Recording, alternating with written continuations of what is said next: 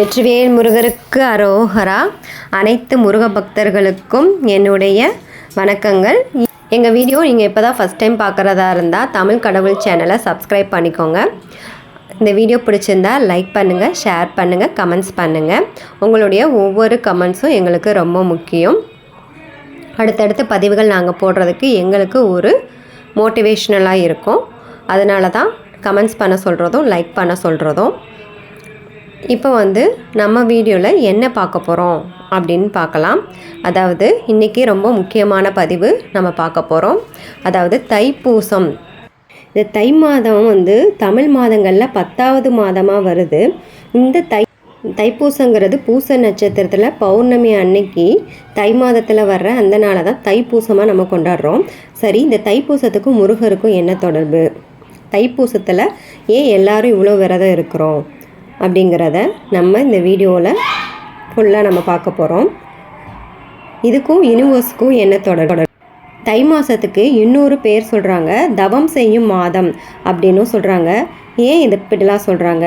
அப்போது இந்த மாதத்தில் எல்லாரும் ஏன் பாத யாத்திரை நடக்கிறாங்க, காவடி எடுக்கிறாங்க, முருகப்பெருமானை ஏன் இவ்வளவு சிறப்பாக நம்ம வழிபடுறோம் அப்படிங்கிறத நம்ம இந்த வீடியோவில் பார்க்க போகிறோம். தைப்பூசம் அன்றைக்கி நம்ம வேல் வழிபாடு பண்ணணும். வேல் வழிபாடு பண்ணினா நம்ம நினச்ச எல்லா காரியங்களும் சித்தியாகும் அப்படின்னு சொல்கிறாங்க.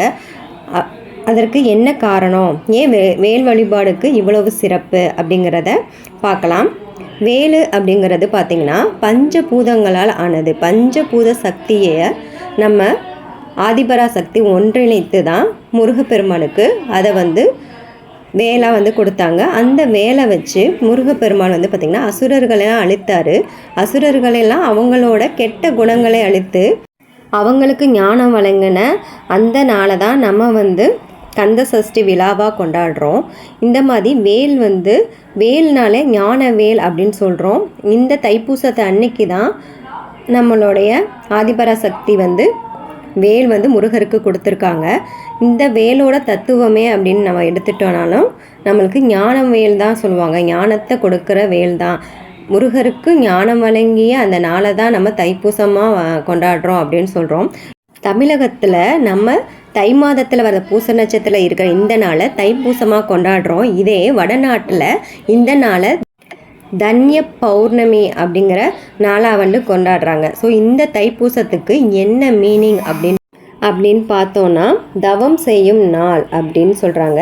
இந்த நாளில் நம்ம எந்த ஒரு காரியம் நினச்சி முருகப்பெருமானை வழிபடும் போது அந்த காரியம் வெற்றியாகும் அப்படிங்கிறது நிதர்சனமான உண்மை. எப்படின்னு சொல்கிறேன்னு பார்த்தீங்கன்னா, அன்னைக்கு எனர்ஜி லெவல் நிறைய இருக்கும். பௌர்ணமி அன்னைக்கு தைப்பூச நட்சத்திரம் பூச நட்சத்திரம் அன்னைக்கு அவ்வளோ பவர் இருக்குமா.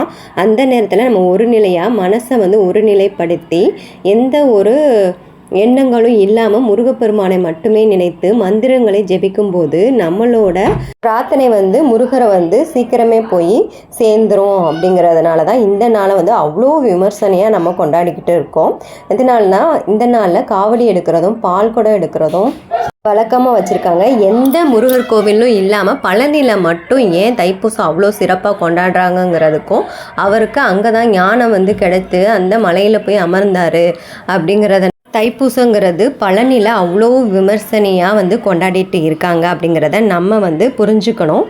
அது மாதிரி வள்ளலாரும் பார்த்திங்கன்னா இந்த பூச நட்சத்திரத்தை தான் தை மாதத்தில் வர பூச நட்சத்திரத்தை தான் தேர்ந்தெடுத்து அவர் ஜோதியாக ஆகியிருக்காங்க. ஏன்னா இந்த டைமில் நம்ம முருகரோட ஐக்கியமாகிறது அப்படிங்கிறது ஈஸியாக நடக்கும். கனெக்டாக பிரபஞ்சத்திட்ட நம்ம எந்த ஒரு விஷயத்தையும் கேட்குறப்போ நம்மளோட என்ன நம்ம கேட்குறோமோ அது உடனே நடக்கும்.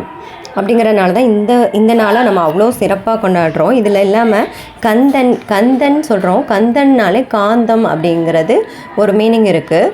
காந்தத்தை தான் நம்ம கந்தன் அப்படின்னு சொல்லி காந்தன் அப்படிங்கிறத கந்தன் அப்படின்னு சொல்லியிருக்காங்க. அது ஒரு எலக்ட்ரோ மேக்னெட்டிக் ஃபோர்ஸ். அதை தான் நம்ம முருகர், அந்த சக்தியை தான் நம்ம முருகராக வழிபடுறோம். இந்த நாளில் நம்ம என்ன கேட்டாலும் கிடைக்கும். ஒரு அற்புதமான நாள். ஸோ அதெல்லாம் கிடைக்கணுன்னா நம்ம என்ன செய்யணும் அப்படிங்கிறது தான் ரொம்ப முக்கியம். அதுக்கு நம்ம செய்ய வேண்டியது என்னன்னு பார்த்திங்கன்னா, அன்னைக்கு காலைல அதிகாலையில் எந்திரிக்கணும். பிரம்ம முகூர்த்தத்தில் எந்திரிக்கணும். எந்திரிச்சிட்டு நம்ம குளிச்சுட்டு முருகருக்கு வந்து பால் அபிஷேகம், வேல் இருந்தால் வேலுக்கு கண்டிப்பாக அபிஷேகம் பண்ணி நம்ம வேல் வழிபாடு பண்ணணும். அதுக்கப்புறம் அன்றைக்கி வந்து பார்த்திங்கன்னா எளிமையான உணவுகள் வந்து எடுத்துக்கணும்.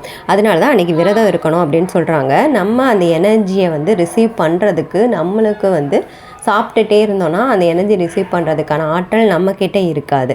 ஸோ அதனால் விரதம் வந்து எடுத்துக்கணும். பால் பழம் அப்படிங்கிற ஒரு எளிமையான உணவை வந்து நம்ம எடுத்துக்கலாம். அதுக்கப்புறம் தூக்கமும் நம்ம வந்து அதிகமாக தூங்கக்கூடாது. மௌனமாக இருக்கணும். உங்களால் எவ்வளோ முடியுதோ அவ்வளோ வந்து மௌனமாக இருக்கணும். மற்றவங்க கூட இந்த நாளில் மௌன விரதம் கடைப்பிடிக்கிறதும் ரொம்ப நல்லது.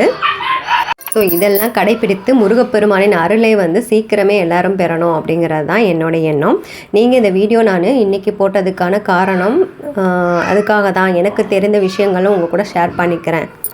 ஸோ தைப்பூசம் அன்னைக்கு நம்ம செய்ய வேண்டிய எல்லா விரத முறைகளோட நம்ம மௌனத்தை கடைப்பிடிக்கணும். ப்ளஸ் வந்து தியானம் இருக்கணும். இதையும் ஞாபகம் வச்சுக்கோங்க. தேங்க்ஸ் ஃபார் வாட்சிங்.